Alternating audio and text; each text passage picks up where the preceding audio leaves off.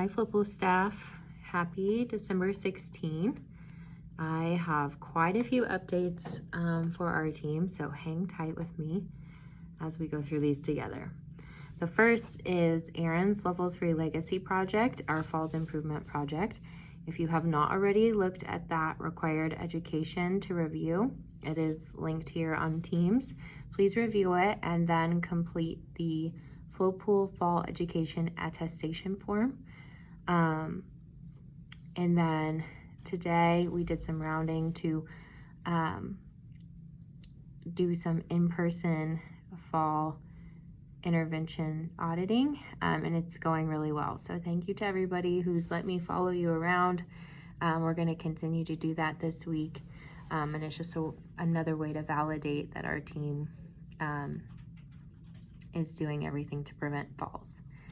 And one more note about falls is that there is a new brain task that is live currently for nurses.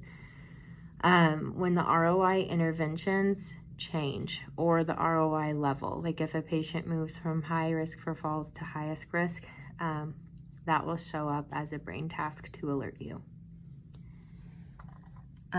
Okay. We have recently seen an increase of late clock-ins and a lot of communication with the staffing office about anticipating being late for a shift. Thank you for this communication with the staffing office so the unit knows when to expect you. But we want to work to be on the unit, patient ready, and clocked in on time for our shifts. We have a great reputation as a flow pool of being available and ready to help anywhere, any team. And this includes being on time and ready to start patient care at the start of our shifts. Just as a reminder, we do review time cards every 90 days for adherence to the attendance policy. And when we do that, 3 tardies equals 1 occurrence. And if a staff member has more than 3 occurrences within a 90-day period, it can lead to corrective action. Please reach out anytime if you need scheduling changes or any other support. We want to also be proactive and plan ahead for any wintry weather that we might get this winter too. CHG wipes product change. We will likely start to see a different product for CHG wipes in the new year. Medline is our current product. They are experiencing some issues with their supply chain, and we will start to see a Stryker Sage product. The new wipes can be used completely the same as our current ones. I included the phone number here for the backup interpreter line. We have had some questions about that this week, and there's some instructions here too if you need to use it. If you can't get somebody to answer on the iPad, that's your next option, is to call this phone number. Media Lab annual competency. So on January 1st, we will all receive an email to renew our Media Lab competency. Everybody needs to do it by the end of the month. There's instructions here.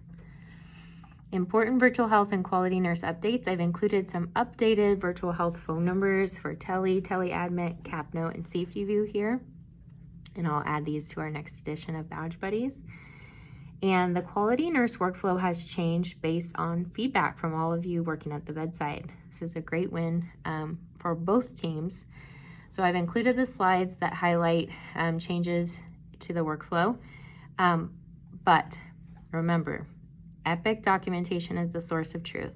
If it's not documented in Epic by the quality nurse, then they did not complete it. So in the morning at 6 a.m., the virtual safety nurses will be going on the unit and completing any cares that have not been completed. They will not message the primary nurse or the charge nurse. They will let the charge nurse know they're on the unit, but then they're just gonna get to work completing those cares and then documenting them.